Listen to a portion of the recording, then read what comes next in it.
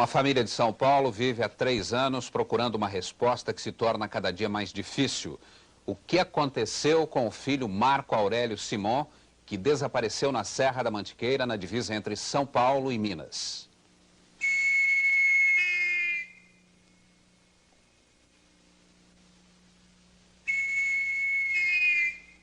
O eco deste apito foi ouvido muitas vezes em toda a área do Pico dos Marins, na Serra da Mantiqueira, no dia 8 de junho de 85. A resposta esperada era deste garoto de 15 anos, Marco Aurélio Simon, escoteiro que pela primeira vez acampava sem a família e que iria, depois daquele fim de semana, tornar-se monitor de patrulha. Sem dúvida, uma vitória para um garoto franzino que tinha só 50% da visão e uma saúde frágil.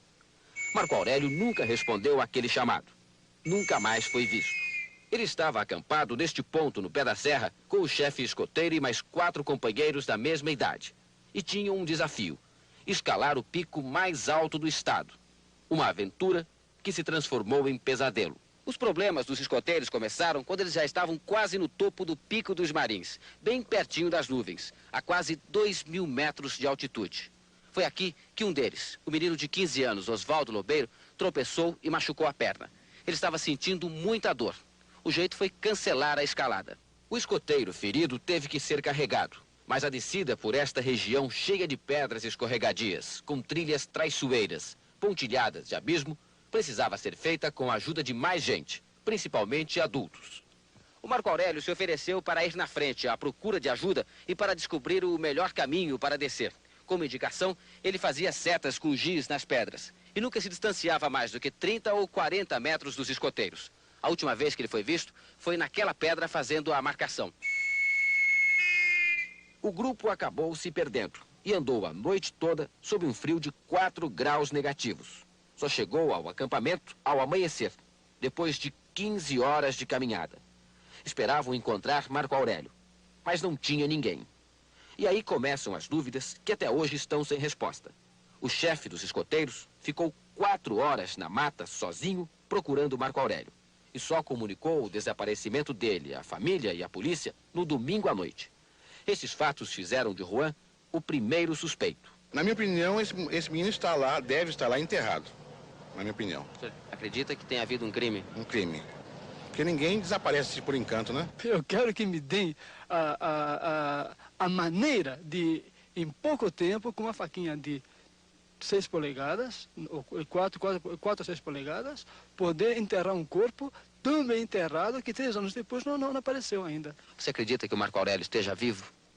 Eu tenho certeza. Um morto não se esconde durante tanto tempo. As buscas incessantes durante semanas com helicópteros e homens especializados foram em vão. No inquérito aberto pela delegacia de Piquete, foi feita a reconstituição até o último momento em que o Marco Aurélio foi visto. A partir daí, a polícia foi atrás de hipóteses, mas sem nenhuma pista. O inquérito não esclareceu nada. Na casa dos pais de Marco Aurélio, em São Paulo, estes 3 anos foram de luta e esperança. O pai, um jornalista, espalhou cartazes por todo o Brasil. Recebeu telefonemas anônimos, pedidos de resgate e sugestões absurdas. Ele não descarta nenhuma hipótese. Segue todas as pistas. E já esteve em mais de 50 cidades. A família também procurou o médium Chico Xavier em Uberaba. Ele não conseguiu entrar em contato com o espírito do escoteiro, o que seria, segundo os espíritas, o indício de que Marco Aurélio estaria vivo. Esta também é a opinião de pelo menos 30 videntes de várias religiões que procuraram a família nesses 3 anos. E a maior parte das visões tem algumas coincidências. O Marco Aurélio é visto sempre no campo, perto de um rio. Só que os videntes não conseguiram localizar este lugar. Segundo eles, nem mesmo Marco Aurélio sabe onde está. Os videntes não deram outras indicações do que pode ter acontecido? Na verdade, eles nunca se preocuparam em explicar ou detalhar o que aconteceu. Mas o objetivo deles é sempre tentar localizar o Marco Aurélio. E então isso nos dá uma confiança muito grande, uma esperança muito grande de que realmente ele está vivo em algum lugar do Brasil. Nós já esgotamos os nossos recursos, todos na procura do menino. E são 3 anos, e 3 anos, agora, cada vez é mais difícil essa busca que nós estamos fazendo. Então, a nossa esperança é que todos que estejam nos vendo nos ajudem de qualquer modo possível. Agora, a emocionante saga de uma família em busca do filho que desapareceu há quase 30 anos. Marco Aurélio, de 15 anos, sumiu durante uma caminhada nas montanhas. Uma história que comoveu os brasileiros e tanto tempo depois ainda é um completo mistério. Uma montanha imponente. Foi aqui que o escoteiro Marco Antônio Simon, de 15 anos, desapareceu há 28 anos. Nem um fio de cabelo foi encontrado. Por que até hoje o desaparecimento não foi esclarecido? Uma pergunta que seu Ivo, pai do Marco Aurélio, e os irmãos do escoteiro não se cansam de fazer à enigmática montanha. O seu Ivo e a dona Neuma tiveram 5 filhos. Os gêmeos Marco Antônio e Marco Aurélio nasceram no dia 16 de janeiro de 1970 e foi um parto complicado, né, dona Neuma? Eles nasceram gêmeos e prematuros. De quantos meses? Muito prematuros. Ficaram 3 meses na incubadora, na UTI pediátrica. 3 meses na incubadora. Naquela época que não havia recurso, né? Desde recém-nascido, Marco Aurélio tinha saúde mais frágil do que os outros irmãos. Mesmo assim, dona Neuma conta que o filho era valente. Ele era muito esperto, muito arteiro. Não, Marco Aurélio não parava. Então não era uma criança que a gente pudesse dar uma atenção especial, porque ele não fazia por onde. Estava doente? Estava. Mas ele não se entregava. Pelas fotos do arquivo da família, a gente nota que já aos 10 anos de idade, pequenininho, ele já se interessava pelo escotismo. Não só ele, os dois, o Marco Aurélio e o Marco Antônio, participavam de atividades em campo desde os 10 anos de idade. Dia 6 de junho de 1985, o Marco Aurélio, escotista, determinado a fazer o acampamento que seria o mais importante da vida dele e que o tornaria um escoteiro sênior. Exatamente. Acampar a 2.422 metros de altitude no Pico dos Marins. O Pico dos Marins fica na Serra da Mantiqueira, cadeia de montanhas entre os estados de São Paulo, Rio e Minas. É o segundo ponto mais alto do estado de São Paulo e 26º do Brasil. Um desafio e tanto para Marco Aurélio. Ele estava tão imbuído para ir nesse acampamento que nós conversamos, mas vai ser uma frustração se a gente dar o menino nessa hora. Porque ele mamãe, é a oportunidade de eu ir sozinho. Foi às 14h30, 14h45, mais ou menos, do dia 8 de junho de 1985. Foi a última vez que o Marco Aurélio foi visto. Além do Marco Aurélio, participaram da escalada o líder do grupo, Juan Bernabeu Céspedes, na época com 36 anos, e os adolescentes Ricardo Salvione, Osvaldo Lobeiro e Ramatiz Ron, todos com 15 anos de idade, como Marco Aurélio. Para a gente relembrar melhor essa história, o seu Ivo e o Marco Antônio, o irmão gêmeo de Marco Aurélio, toparam e nós vamos voltar para a Serra da Mantiqueira. Vamos sim, João. Uma viagem ao passado. Vamos refazer o caminho do escoteiro desaparecido. Seguir os rastros de uma história que ainda desafia a polícia e os cientistas. O nosso carro só consegue chegar até este ponto. Daqui para frente nós vamos caminhar.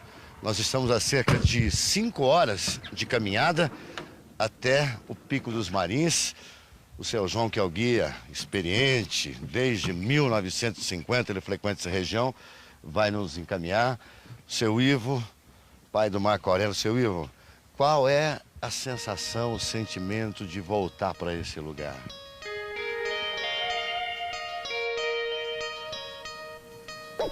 A emoção é grande que fica até difícil para o seu Ivo falar. Marco Antônio, o irmão gêmeo de Marco Aurélio, também está com a gente. Você é a segunda vez que vem aqui? Segunda vez que eu venho aqui. Você não veio na expedição na época porque você ia fazer uma cirurgia, né? Eu estava num procedimento pré-operatório e eu não podia fazer esforço nem caminhada. Vamos descer também. Nossa equipe se completa aqui com o autor do livro, Operação Marins, que tem todas as informações necessárias. E a emoção. O que o senhor sente aqui, seu Will? Esperança. Esperança. Esperança. 28 anos depois. O pai e o irmão gêmeo do Marco Aurélio desistem da caminhada logo no início.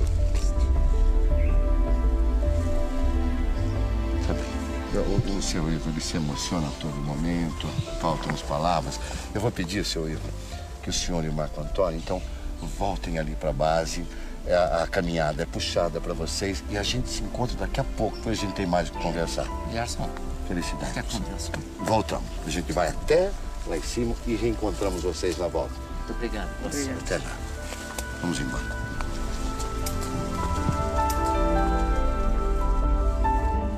Subimos então, guiados por seu João.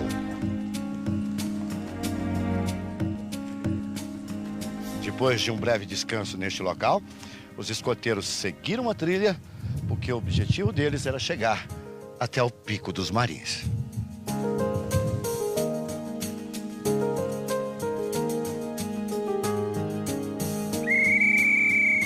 Seu João toca o apito dos escoteiros. Era assim que ele também ajudava nas buscas ao Marco Aurélio. Aqui está o Pico dos Marins, a 2.422 metros de altitude. Eles estavam bem perto do objetivo, mas a caminhada dos escoteiros terminou aqui, a 1.850 metros de altitude. Um dos garotos, o Osvaldo, ele se machucou no vão daquela pedra ali, machucou o joelho. Neste local, então, os escoteiros, o líder decidiu abortar a escalada até o pico e prestar socorro ao menino machucado, levá-lo de volta. Marco Aurélio foi pedir ajuda para o amigo Osvaldo. É neste momento que ele se separou do grupo. Segundo o líder, o chefe Juan, ele em momento algum ordenou que Marco Aurélio descesse na frente. Partiu do próprio garoto descer na frente até para prestar um socorro, a ser solícito ao amigo que estava acidentado. Marco Aurélio sai na frente e, com a autorização do líder, segue sozinho para buscar socorro. O Marco Aurélio, à medida em que ele descia, ele escrevia o número 240, que era o número daquele grupo de escoteiros. Ele foi marcando nas pedras. Aí ele saiu na frente para buscar ajuda, vamos descendo. Ele caminhou por aqui, enquanto o garoto ferido e os demais escoteiros ficaram para trás. Ele foi caminhando, foi descendo, seguindo a trilha para voltar ao acampamento e buscar ajuda. Foi por aqui que ele caminhou. O tempo apagou as marcas que Marco Aurélio deixou nessa pedra. Ela é o ponto final, o último lugar onde ainda é possível saber que o escoteiro esteve. O que nos chama muito a atenção é que era de dia, havia luz, não estava escuro. A trilha é muito fácil de segui-la e, além disso, daqui de cima e de vários pontos da caminhada, dá para ver lá embaixo as estradas, ou seja, você tem um rumo a seguir. E se perder aqui, é uma possibilidade muito remota, mesmo que a pessoa não tenha um grande conhecimento dessa região. A família guarda calhamaços de documentos, o inquérito e também os jornais da época. E houve uma grande cobertura da imprensa, a gente pode ver as manchetes aqui. O senhor diria que foi a maior busca que houve até hoje? Mais de 300 pessoas envolvidas? Mais de 300 pessoas. Não sou eu quem diz, mas as autoridades dizem que foi a maior busca já feita no Brasil. Está aqui a notícia do jornal. Dizendo que o COI desiste de procurar escoteiro. Exatamente. Nesse momento em que o comandante dessa operação do COI disse que não tinha mais o que procurar, informaram o senhor como é que foi esse momento? Eu nunca vou esquecer.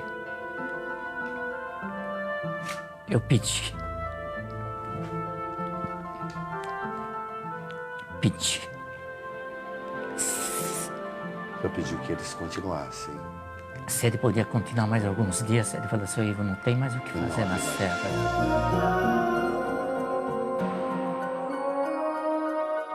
Depois que as buscas oficiais foram encerradas, depois de 28 dias, a saga do seu Ivo, da mulher dele e de toda a família continuou. Isso aqui é um mapa da região, cheio de pontinhos vermelhos. Por toda essa região, toda a região, a família espalhou cartazes. Foram muitos cartazes, de diferentes cartazes, com procure, né, Marco Aurélio. E na época a família oferecia 30 milhões de cruzeiros, depois o dinheiro mudou para cruzados, enfim.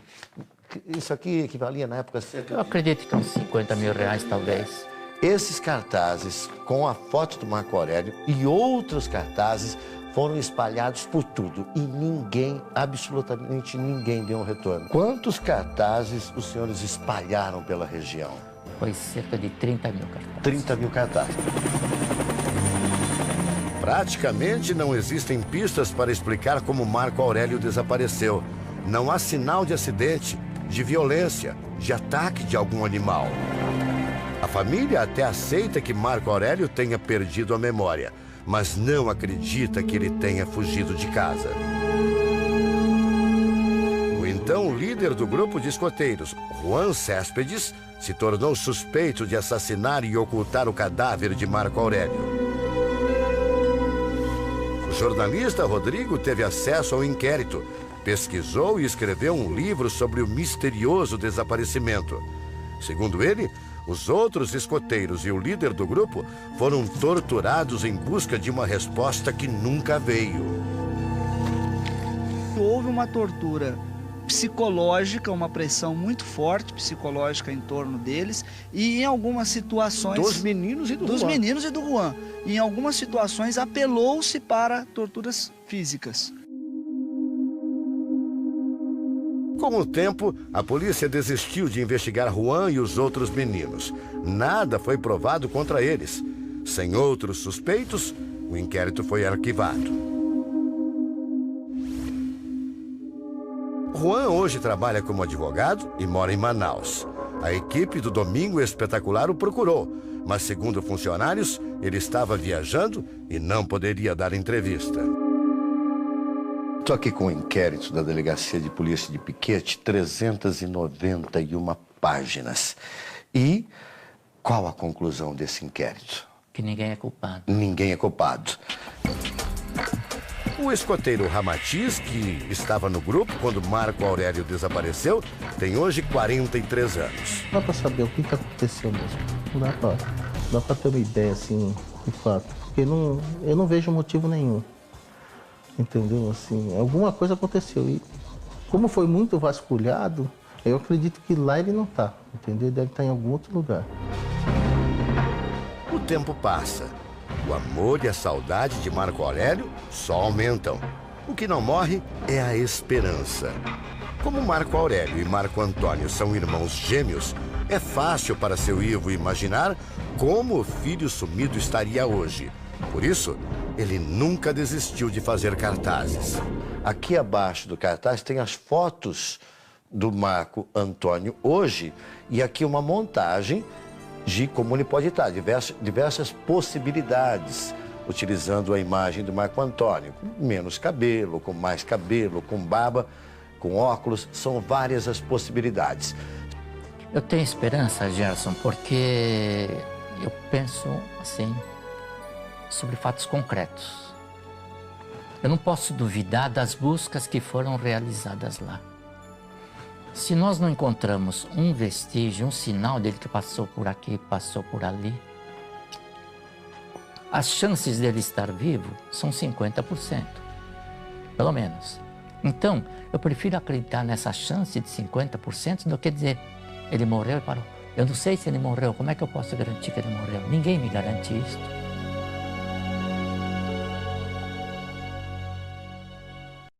Um mistério completa 35 anos e um pai em busca de uma resposta. O que aconteceu com o escoteiro Marco Aurélio? Ele tinha 15 anos quando desapareceu durante uma excursão de escoteiros. O lugar era como esse, o Pico dos Marins, interior de São Paulo. O André Azeredo acompanha essa investigação. O que passa na cabeça de um pai 35 anos depois?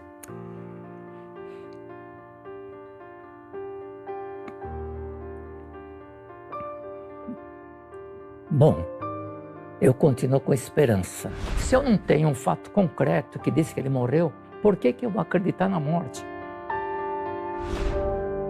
Com 81 anos, seu Ivo mora sozinho. A casa, grande, está quase vazia, sem a esposa dele, falecida em 2015.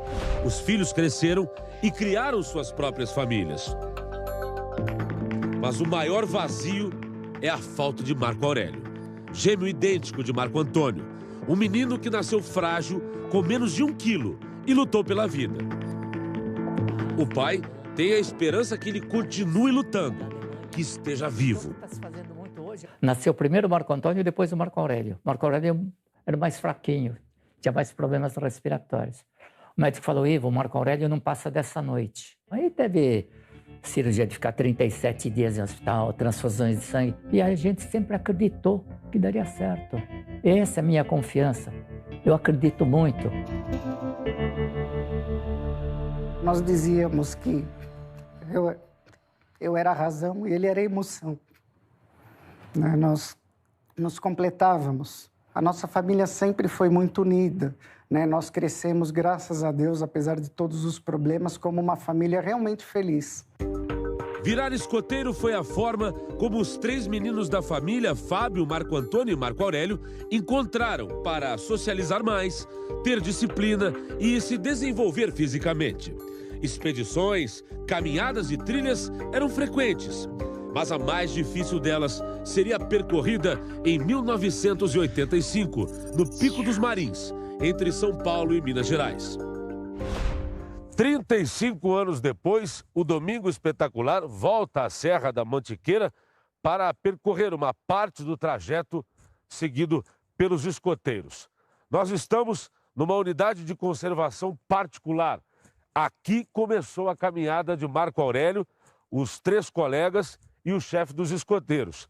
Essa construção, que hoje é uma igreja, antigamente era uma casa. E foi justamente neste espaço, aqui na frente, que os rapazes montaram um acampamento para poder seguir a aventura de explorar o Pico dos Marins, que fica ali para cima, no dia seguinte. Havia já sido programado esse passeio e a gente estava, mais assim, querendo, estava bem ansioso para poder subir, chegar ao pico e cumprir nossa missão, né? Aqui tem início a trilha, que passa por entre a mata da Serra da Mantiqueira e vai levar a outros caminhos que chegam no Pico dos Marins, que era o objetivo final deles.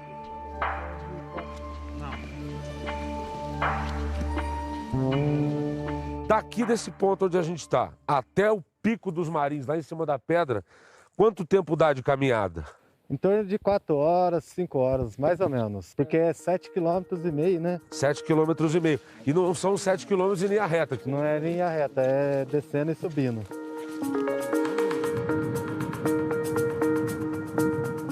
A gente saiu um pouquinho da trilha para mostrar para vocês isso aqui, ó. Esse buraco que está aqui parece um buraco ou uma toca, mas na realidade é uma fenda. E é uma fenda enorme. Ela entra, deve ter o que aí, Rodrigo? Uns quantos metros? Uns 5 metros. Uns 5 metros até lá embaixo. E ela vai para lá ainda, ó. E é cheio dessas fendas aqui nessa região do Pico dos Marins. Nós viemos lá daquela estradinha branca, lá embaixo, ó. No meio do mato, você tá vendo aquele caminhozinho mais claro?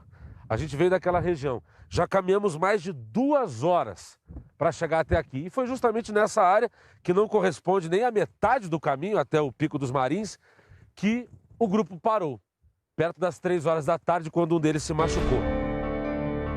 Havia uma fenda e eu enfiei meu pé lá dentro. E aí que eu torci o joelho fez assim, né? A rota deslocou do local. Foi então que o chefe dos escoteiros tomou a decisão de pedir para o Marco Aurélio voltar em busca de ajuda. foi a última vez que ele foi visto. O Marco Aurélio, ele sabia seguir pistas, conhecia de fio a pavio o manual do escoteiro, treinamentos, nós, o que fazer, sinalizar o local, preparar um abrigo. O Juan falou, se por acaso ele conseguisse ajuda, ele retornava com ajuda para poder resgatar. Pra pegar vocês do meio do caminho. Sim, sim, sim. O retorno do grupo foi lento porque carregavam o garoto machucado. E ainda por um caminho errado, que levaram mais tempo. Mas de volta à base, tiveram uma péssima notícia. Quando chegaram no acampamento, Marco Aurélio não estava. A gente ficou sem chão praticamente, porque a gente tinha passado já uma noite toda arrelendo. Chuva, passamos assim, molhado. A gente estava bem ansioso para poder chegar e ver, encontrar com o amigo, com o irmão. Durante 28 dias, 300 pessoas vasculharam cada parte da mata, com a ajuda de cães farejadores e helicópteros. Policiais civis, militares, espeleólogos, alpinistas, mateiros da região. Pessoas extremamente habilidosas, extremamente treinadas e nada do Marco Aurélio. Depois de uns 4 ou 5 dias, o delegado falou, seu Ivo, a gente está procurando o garoto morto. O senhor se prepara, porque não é possível a gente não achar ele ali em cima. Aí ele disse, agora a gente está olhando os urubus. O que mais me intriga é não ter sido encontrado nenhum sinal, nenhum vestígio, absolutamente nada. Rodrigo mora na região e escreveu 3 livros sobre o caso. Ele até admite a hipótese de acidente. Se considerarmos essa situação, talvez vítima de um acidente de ordem natural. E ali, considerando as condições climáticas, nós temos cerração, num local onde você coloca a palma da sua mão na frente, você não enxerga. Mas como o corpo nunca foi encontrado e nenhum vestígio, o escritor acredita que o rapaz tenha descido o Pico dos Marins naquele dia. Ali ele não ficou. O Marco Aurélio saiu da serra. Isso é a única coisa que você... É o que eu considero... É até onde você pode ir? É até onde eu posso ir. Que ele saiu de lá, saiu. Agora você não sabe por quê? Não. Parentes e amigos asseguram que Marco Aurélio não tinha motivos para fugir. O relacionamento dele com vocês era bom, tranquilo? Excelente. Não faz sentido Não falar faz. em fuga. Não, não faz. A minha opinião, desde quando o Marco Aurélio desapareceu e nós percebemos que não ia ter um retorno rápido, é que ele possa estar desmemoriado.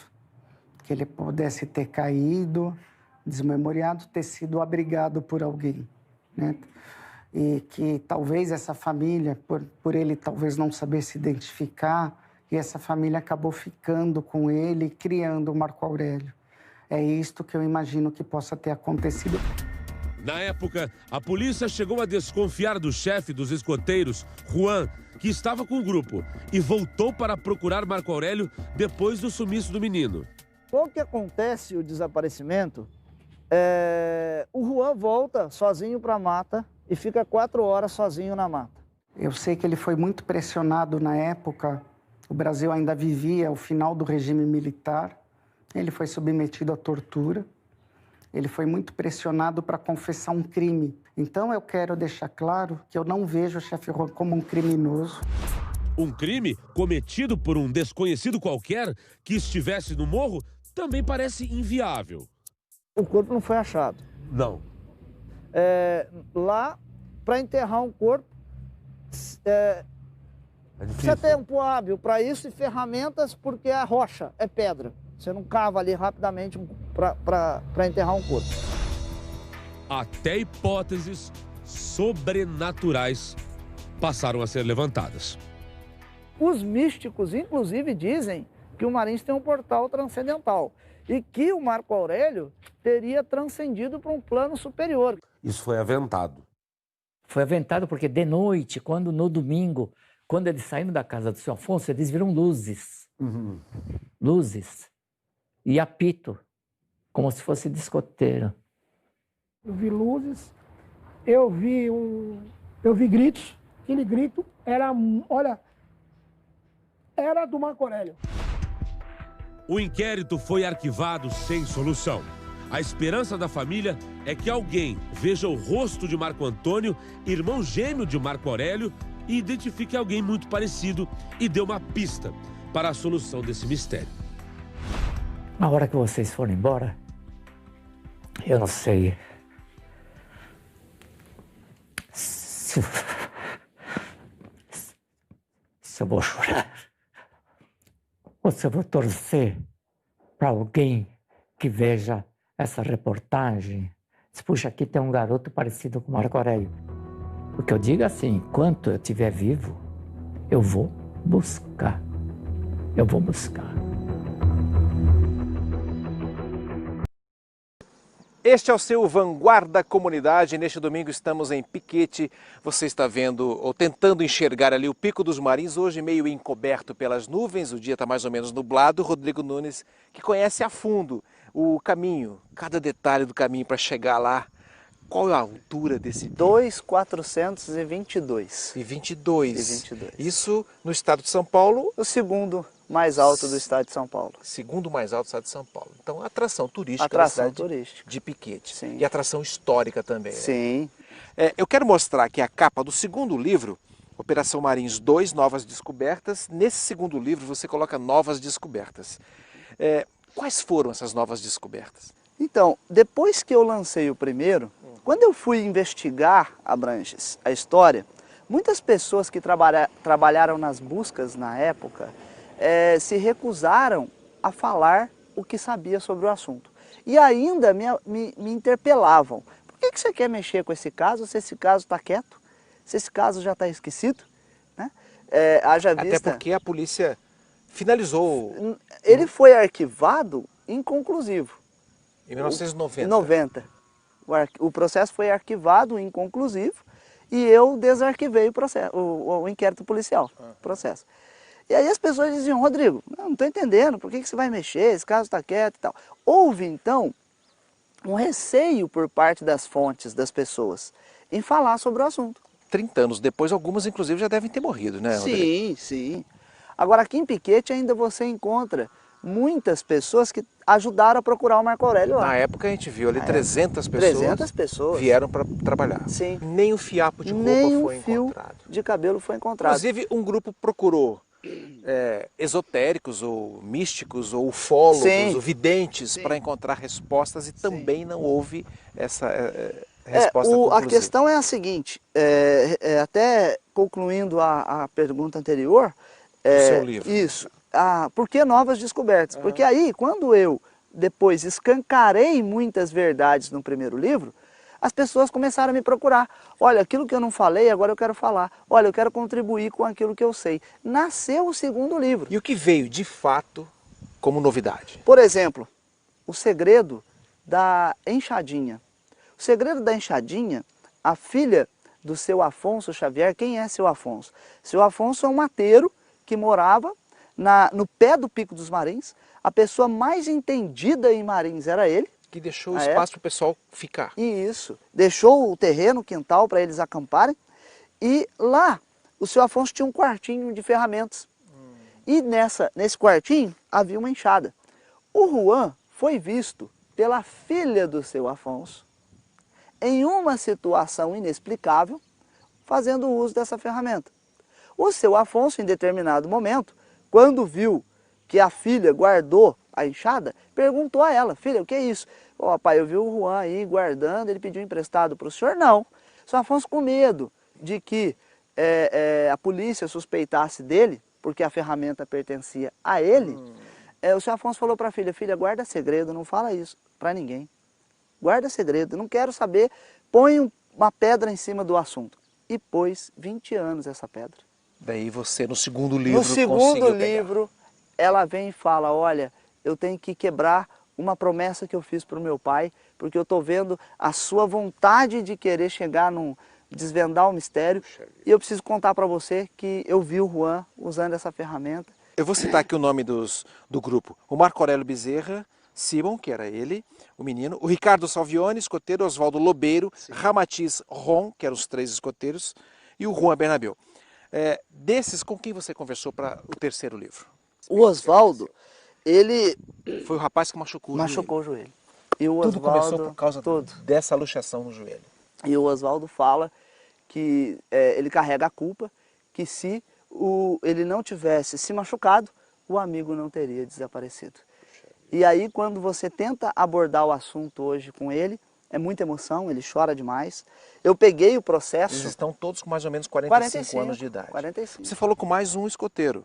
Falei com o Ricardo e com o Ramatiz. Com o Ramatiz, com Isso. todos eles. Como é que eles estão nesse momento? O que eu sinto é o seguinte, assim, que até uma leitura mais assim do perfil de cada um. O Ricardo Salvioni, ele me deu um depoimento assim, ele veio com um discurso muito convicto. Então ele falava o tempo todo, isso eu narro no livro, essa leitura que eu fiz de cada um. Ele falava o tempo todo, sem dar chance de eu perguntar, querendo me convencer daquilo que ele estava dizendo. Olhava o tempo todo nos meus olhos, não desviava o olhar de mim, sabe? Querendo dizer, olha, eu estou falando a verdade para você, o que eu sei é isso. Mas assim, e o Ramatiz? Muito inseguro. O Ramatiz só autorizou a entrevista na presença do pai, que é militar, porque o livro aborda uma parte aí do interrogatório, onde eles sofreram torturas físicas e psicológicas.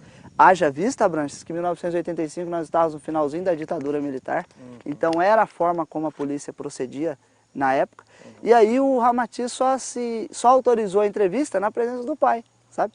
E aí, quando eu abordei o assunto da tortura física e psicológica, ele também, como que pelo olhar, pedia autorização para o pai se podia ou não falar sobre o assunto. Olha, são muitos detalhes.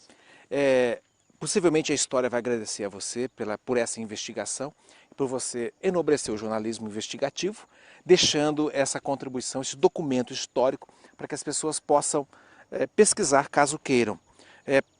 O seu livro está à venda nas livrarias? Como é que é? Pela editora? É pela editora, né? Pela editora Casa. É Casa? editoracasa@hotmail.com. hotmail.com. E o meu pessoal é o jornalista nunes@ig.com.br. Tá bom. Por aí pode-se chegar a isso aí. Quem gosta de investigação histórica está aí.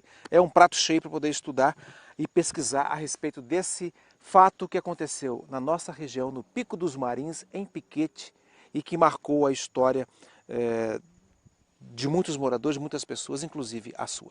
Agradeço muito a sua presença aqui no Vanguarda Comunidade. Sucesso para o livro recentemente lançado, o 3º volume, que reúne os outros 2 e que faz e consegue fazer com que essa história não seja esquecida.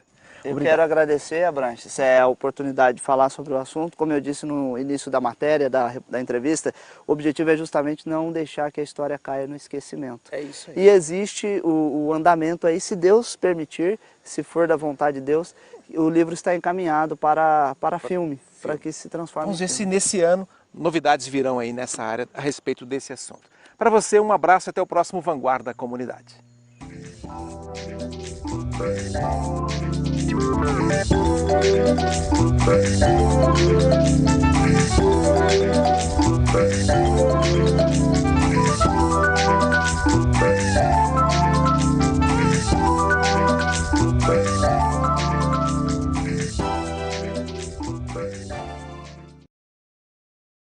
Estamos de volta com o Vanguarda Comunidade. Hoje estamos em Piquete, na subida da serra.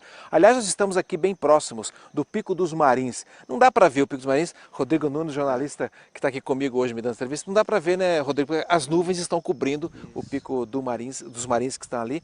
Você conhece muito bem esse lugar, porque você, antes de ser jornalista, você trabalhava aqui como guia. Isso, então, eu trabalhava como guia. Você fez várias vezes o mesmo caminho que os escoteiros fizeram? Sim, eu trabalhei 8 anos como guia e levava turistas para lá. Aliás, o motivo pelo qual me interessei pelo assunto foi justamente devido a esse trabalho como guia, né? Porque as pessoas, os turistas que visitavam Marins me perguntavam sobre a lenda do escoteiro Marco Aurélio.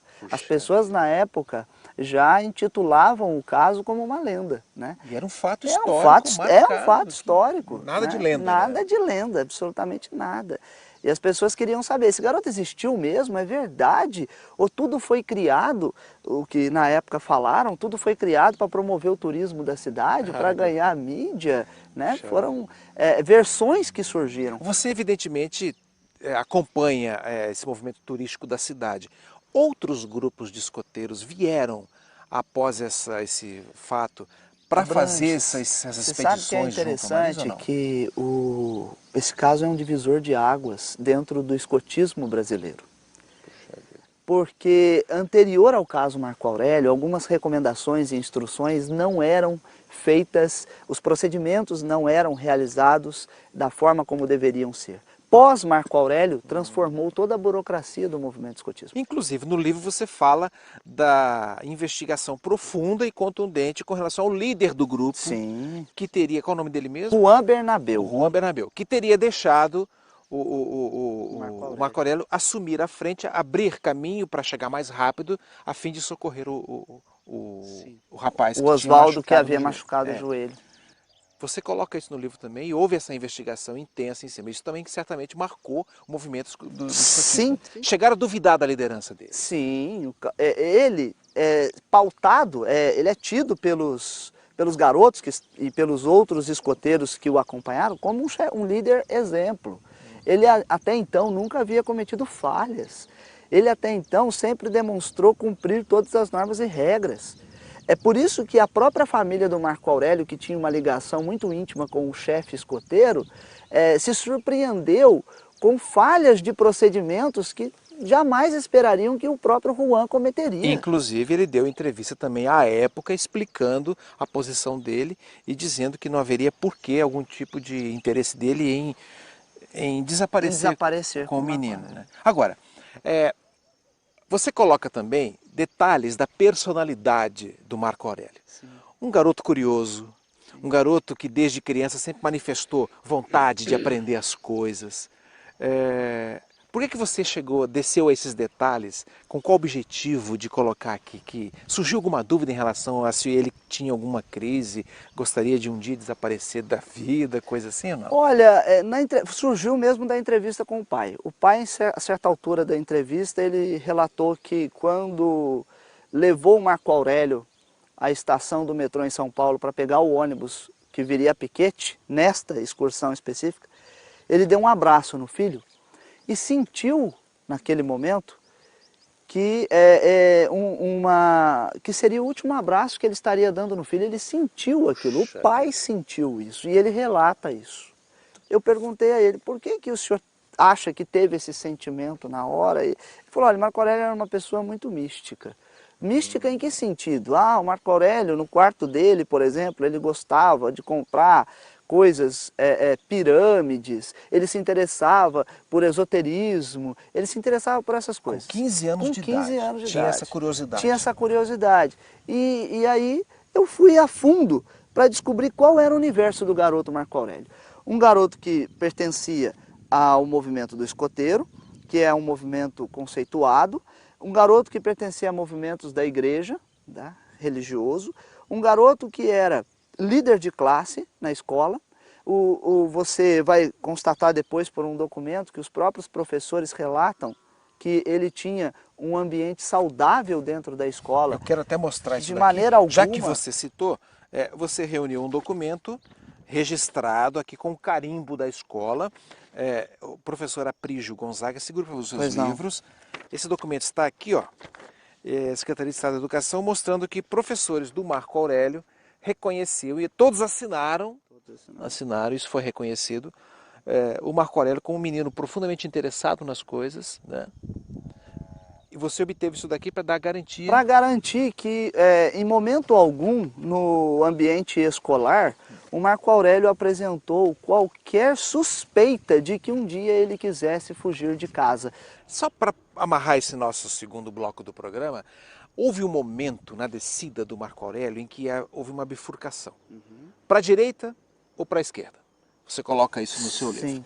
E que ele teria, após anotar o número do grupo de escoteiro pelo chão virado para a esquerda, o instrutor teria optado pela direita porque chegaria mais rápido lá embaixo.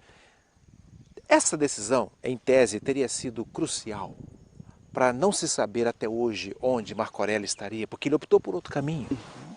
Abranches, essa bifurcação, eu considero ela um dos pontos X da questão. Porque o Juan, ele é relatado pelos garotos como uma pessoa autossuficiente. Então, o Juan, para não demonstrar para os garotos que ele estava perdido... Juan, o líder. O líder. Para não demonstrar para os meninos que ele estava perdido, que ele não sabia o caminho qual tomar, para não transmitir medo a eles, e sim segurança, ele dá uma informação totalmente equivocada, de que a trilha que ele pegaria da direita se encontraria com a trilha da esquerda, que o Marco Aurélio de fato pegou, porque o número 240 estava na pedra, com um giz marcado, se encontraria lá embaixo. Só que o caminho foi mais longo. O caminho foi mais longo e eles passaram a madrugada toda perdidos. Eles só foram, para ter uma ideia... Chegaram de manhã. 5h30 da manhã. O acidente na perna do garoto Oswaldo acontece às 14 horas do dia anterior. Puxa vida. Olha, vamos daqui a pouco conversar sobre outro aspecto muito importante. O Rodrigo escreveu 3 livros e a cada livro foi acrescentando algo novo. Nesse último livro também a fala dos colegas escoteiros que estavam com o Marco Aurélio naquele dia fatídico. Eram só 4. Com o Marco Aurélio, 5 mais o instrutor. Com o Marco Aurélio, 4. 4 e mais o instrutor, 5 no Pico dos Marins. Sim. Como eles estão hoje. Inclusive o rapaz que teve o problema no joelho. Como é que está o estado emocional dele agora? É o que nós vamos ver no nosso próximo bloco. Até já.